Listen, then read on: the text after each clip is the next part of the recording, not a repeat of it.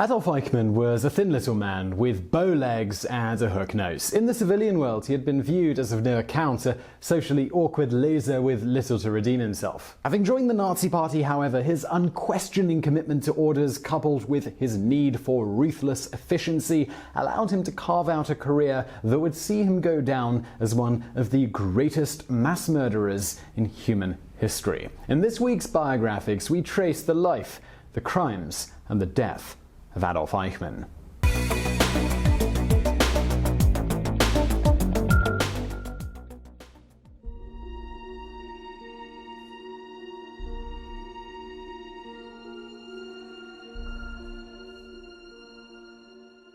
Adolf Otto Eichmann was born in Solingen, Germany on March 19, 1906 to bookkeeper Adolf Karl Eichmann and his wife Maria. The oldest of 5 children, young Adolf was a nervous, shy child with few friends. When he was 7 years old, his father moved to Linz to take a job as a commercial manager for the city's electrical provider, with the rest of the family following a year later. In Linz, Adolf attended the Kaiser Franz Joseph Secondary School, the same school that Adolf Hitler had attended in the 1890s. He remained an aloof and lonely child, and his parents worried about his lack of social skills. His dark complexion and distinctive nose and ears led to his schoolmates teasing him with the nickname Der kleine Jude, or the little Jew. Adolf proved to be a mediocre student at best. By the time he became a teenager, he had a reputation as being difficult and moody, with his father having written him off as a no-hoper.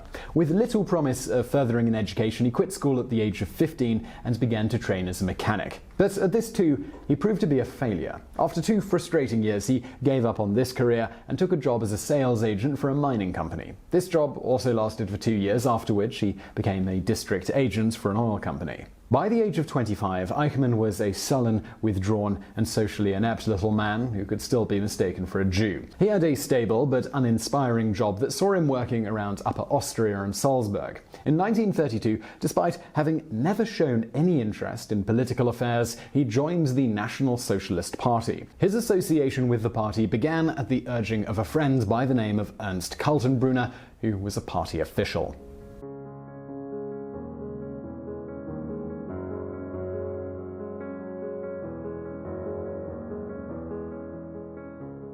For Eichmann, the party would give him an opportunity to belong to a group and to advance his station in life. More than anything, he wanted to be somebody and wanted to prove to the world that he had value as an individual. In November of 1932, he was accepted into the ranks of the SS, with his duties involving forming part of the protection squad for speakers at party rallies, as well as guarding the party headquarters at Linz. At the same time, he was still working for the oil company. A few weeks after Hitler became Chancellor of Germany in January of 1933, Eichmann lost his job due to staff cutbacks. He immediately applied for active SS duty in Germany. This was accepted, and he proved to be a diligent follower of orders, rising to the rank of Schurführer in just a few months. In November of 1933, he was appointed to the administrative staff of the Dachau concentration camp.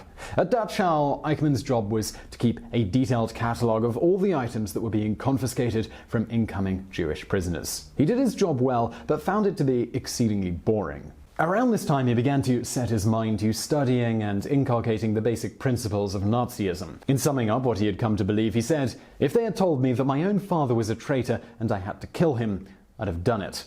In an attempt to break out of his monotonous routine at Dachau, in 1934, Eichmann applied to join the SD, which was the security service of the SS. His application was successful, and he was transferred to the Nazi Party head office in Berlin. He was quickly promoted to the rank of Hauptstadtführer.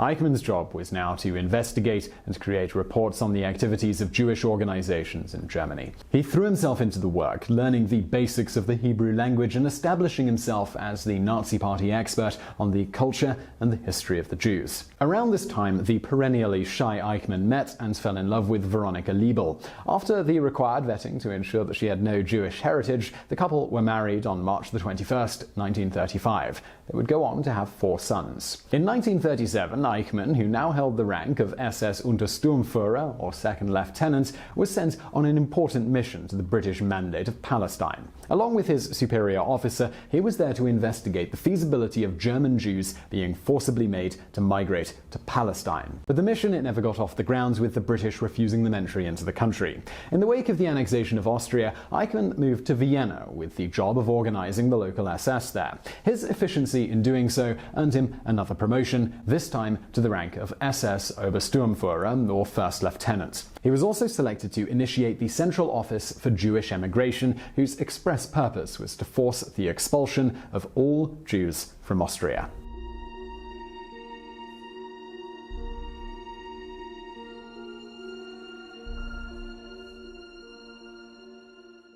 Eichmann threw himself into his new role with an unusual zeal. Within 8 months, he had stripped the vast majority of Jews in the country of all their lands and their possessions and forced 45,000 to leave. Ominously, a further 150,000 simply disappeared. His efficiency, though, it greatly impressed his superiors. With the invasion of Poland on September 1, 1939, and the subsequent outbreak of war, Hitler's policy towards the Jews changed. No longer would they be encouraged to leave Germany. From now on, they would be forcibly deported. Jews were to be herded together and sent to concentration camps situated in newly acquired parts of the Reich. In October of 1939, Eichmann was posted to Berlin, where he worked directly under Gestapo chief Heinrich Müller in establishing the nationwide Central Office for Jewish Emigration. His first job was to clear specified areas of Poland of Jews. At the same time, he continued his pet project of ridding his beloved Vienna of the Jewish problem.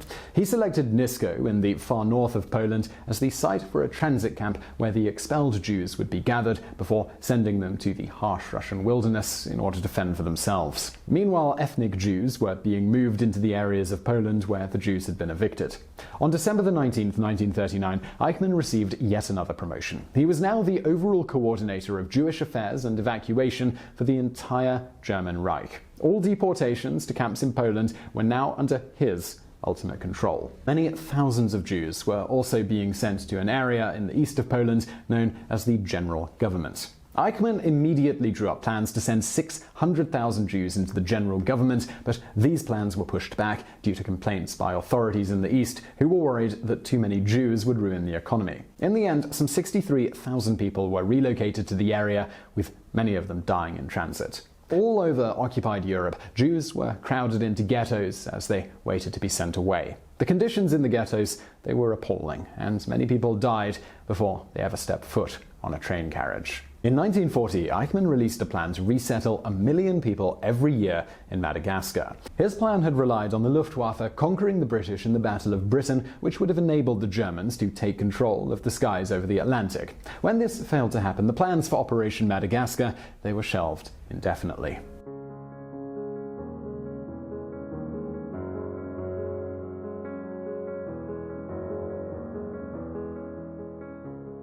In September of 1941, Eichmann was called to a meeting with the head of the SD, Reinhard Heydrich. In this meeting, he was informed that the Führer had ordered that all Jews in countries occupied by Germany were to be put to death. The timeline for this was to swing into action after the conquest of the Soviet Union. However, the entry of the United States into the war following the Japanese attack on Pearl Harbor forced a rethink of this. The extermination of the Jews was to be given maximum priority. In 1942, Heydrich called a meeting of the major players in the Nazi organization Wannsee on the outskirts of Berlin. It was during this meeting that an official policy of Jewish genocide was laid out. Heydrich called it the final solution to the Jewish question. Eichmann had prepared for this meeting by creating lists of the numbers of Jews in each country who had to be exterminated. Heydrich then appointed him his right-hand man, a man responsible for coordinating all of the trains that would be used to carry Jews to Polish concentration camps. As a result of the constant supply of human fodder that Eichmann was responsible for, the death camps at Auschwitz, Dachau, Treblinka, and Buchenwald became 24-hour killing machines. Eichmann funneled Jews and Gypsies from Austria, Holland, France, the Baltic states, and Yugoslavia to their slaughter. Often they were sent first to Warsaw and other ghettos in Poland for resettlement further east. In a gross example of distorted perception, Eichmann wrote the following about his work. Jewry was grateful for the chance they gave it to learn community life at the ghetto. It made an excellent school for the future in Israel. Basically, most Jews feel well and happy in their ghetto life. As the months passed, the demands placed on Eichmann to speed up the killing machine increased. He was responsible for supplying victims to a total of 164 camps spread throughout Eastern Europe.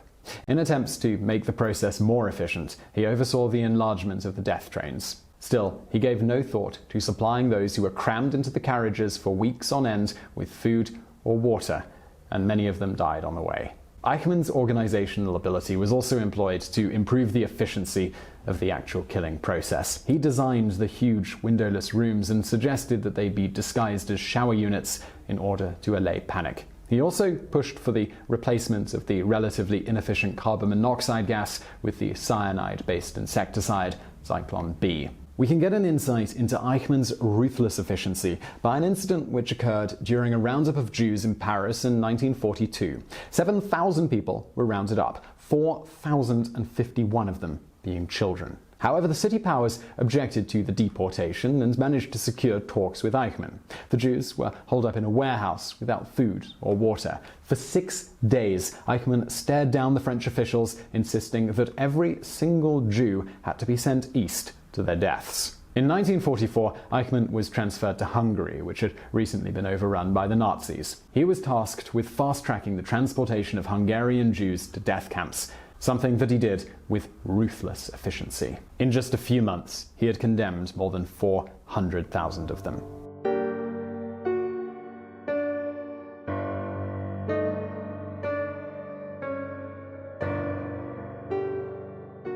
By early in 1945, it was obvious to many in the Nazi hierarchy that the game was up. With the Russians coming at them from one side and the Allies closing in from the other, the priority for many became personal survival. Reinhard Heydrich decided that the time had come to put an end to the mass extermination of the Jews and set about destroying any evidence of the crimes against humanity that had been authorized. When Eichmann heard about this, he was not happy. He decided of his own volition to continue and to even speed up the killings. But finally, even he saw the writing on the wall. His biggest fear seemed to be that he would be sent out to the front lines to fight the Russians or the Americans. In March, with the Russians pouring into Hungary, he fled to Austria, where he tried to get his old friend Ernst Kaltenbrunner to help him evade capture by the Allies. But the intimate involvement that Eichmann had had with the Jewish slaughter had made him a dangerous man to associate with, and Kaltenbrunner, who was trying to save his own skin, wanted nothing to do with him. Shortly thereafter, Eichmann was captured by the US Army. Having given a false name, he was transferred between several POW camps. He was part of a work detail in Cham in Germany when he escaped. He managed to secure new identity papers and took on the identity of Otto Henninger, and he relocated to Lundberg Heath in Lower Saxony. He later found work in the forestry sector. Other members of the Nazi hierarchy were not as fortunate as Eichmann in their attempts to evade justice. Many of them ended up at the Nuremberg war trials, where they gave detailed evidence about the role that Eichmann had played in the systematic planning and extermination of the Jews. As a result of this, he became one of the most sought-after Nazi war criminals. In 1950, Eichmann relocated to Italy. Here, he received the assistance of Alwa Hudal, a Roman Catholic bishop who was a Nazi sympathizer and had already helped many Nazis get out of Europe. Hudal helped Eichmann obtain a humanitarian passport from the International Committee of the Red Cross, along with fake identification and landing permits for Argentina. With these documents, he was able to secure an international passport from the Red Cross. He now had everything he needed to sail for South America. He departed from Genoa on June 17, 1950, and arrived in Buenos Aires on July 14th.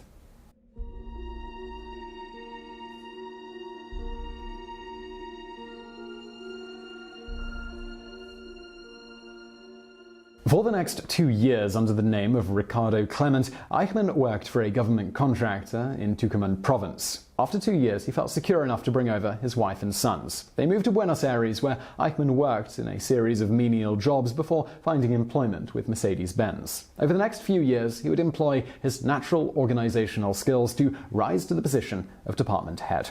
Beginning in 1956, a neo-Nazi fanatic began interviewing Eichmann at his home with the goal of writing a fawning biography. For this project, a large and damning collection of tapes, transcripts, and notes were produced. Meanwhile, a handful of determined Nazi hunters were hot on Eichmann's trail. Prominent among them was former concentration camp inmate Simon Wiesenthal. In 1953, Wiesenthal had found a postcard in which a former Nazi victim had mentioned seeing that pig Eichmann in Buenos Aires. He passed this information on to the Israeli consulate in Vienna. The American CIA were also aware that Eichmann was in South America. However, they were unwilling to act on the information for fear of embarrassing themselves. In the post-war years, the Americans had employed a number of Nazis to work on the Manhattan atomic bomb project. They didn't want to go near anything that would allow that information to leak to the public. Meanwhile, Wiesenthal was working with the Israeli intelligence service Mossad to build a picture of Eichmann's life in Argentina. A break in the case came when Eichmann's second oldest son got involved with the daughter of a Holocaust survivor who had relocated to Argentina. The boy began to boast that his father had worked for Hitler and was, in fact, the brains behind the final solution of the Jewish question. The girl promptly reported this information back to her father, who in turn informed the Israeli authorities. Mossad sent an operative to Buenos Aires to confirm Eichmann's location and his identity. It was now up to Israeli Prime Minister David Ben-Gurion to decide whether to proceed diplomatically or to simply seize Eichmann and bring him back to Israel to face the music. Knowing that the Argentinians had a record of declining extradition requests involving former Nazis, Ben-Gurion decided to take Eichmann by force. An 8-man team of Mossad operatives was sent to Argentina to carry out the mission. The operation was carried out on May 11, 1960, as Eichmann was walking home from work. 2 agents pretended to be working on a car as he walked past. A third agent approached and asked him for a cigarette. Eichmann eyed the man nervously, and in that moment, all 3 agents sprang upon him. One of them, a black belt in karate, delivered a blow to his neck, which rendered him unconscious.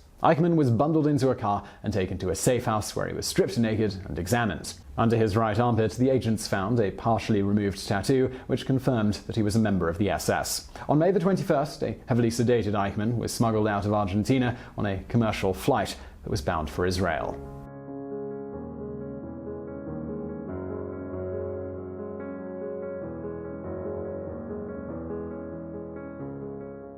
When Prime Minister Ben-Gurion announced that the most wanted Nazi in the world had been captured, it caused an international sensation. The Argentinians strongly protested the manner of the abduction, claiming that it had been a violation of Argentinian sovereignty. Ben-Gurion replied that Eichmann had been captured not by agents of the Israeli government, but by individual citizens. The trial of Adolf Eichmann began on April 11, 1961 in Israel's Beth Han, House of the People. 15 charges were leveled against him, including crimes against humanity. The charges encompassed the view that he was the man in direct control of the entire Nazi bureaucratic structure responsible for the deaths of millions of people before and during the war. Eichmann's trial was broadcast live on TV stations around the globe. After listening to the emotional testimony of Holocaust survivors and others, Eichmann didn't try to deny the facts. His sole defense was that he was simply carrying out orders. He stated that he never did anything, great or small, without obtaining in advance express instructions from Adolf Hitler or any of my superiors. The trial took 14 weeks, at the end of which Eichmann was convicted on all counts. The sentence was death by hanging. His defense team made an unsuccessful appeal for clemency, which was turned down by the new Israeli Prime Minister. The execution was carried out on June 1, 1962, at Israel's Ramla prison. Eichmann refused the black hood that was offered to him on the gallows. His final words were, "Long live Germany, long live Austria, long live Argentina. These are the countries with whom I have been most closely associated, and I shall not forget them. I had to obey the rules of my war and my flag. I am ready." Eichmann's body was cremated and his ashes scattered in international waters in the Mediterranean Sea. So I really hope you enjoyed that episode of Biographics. If you did, there's a couple of things you could do right now. One is hit that like button below. Also, if you want more stuff like this, we put out brand new videos every Monday and every Thursday. So hit that subscribe button below. And subscribe button doesn't do what it used to on YouTube. If you actually want to get a notification about these videos, please do hit that bell button next to the subscribe button, and that'll send you a notification every Monday and Thursday when we put out a new video. Also, if you want to watch something else right now, stuff from the archive, over there on the right. And as always, thank you for watching.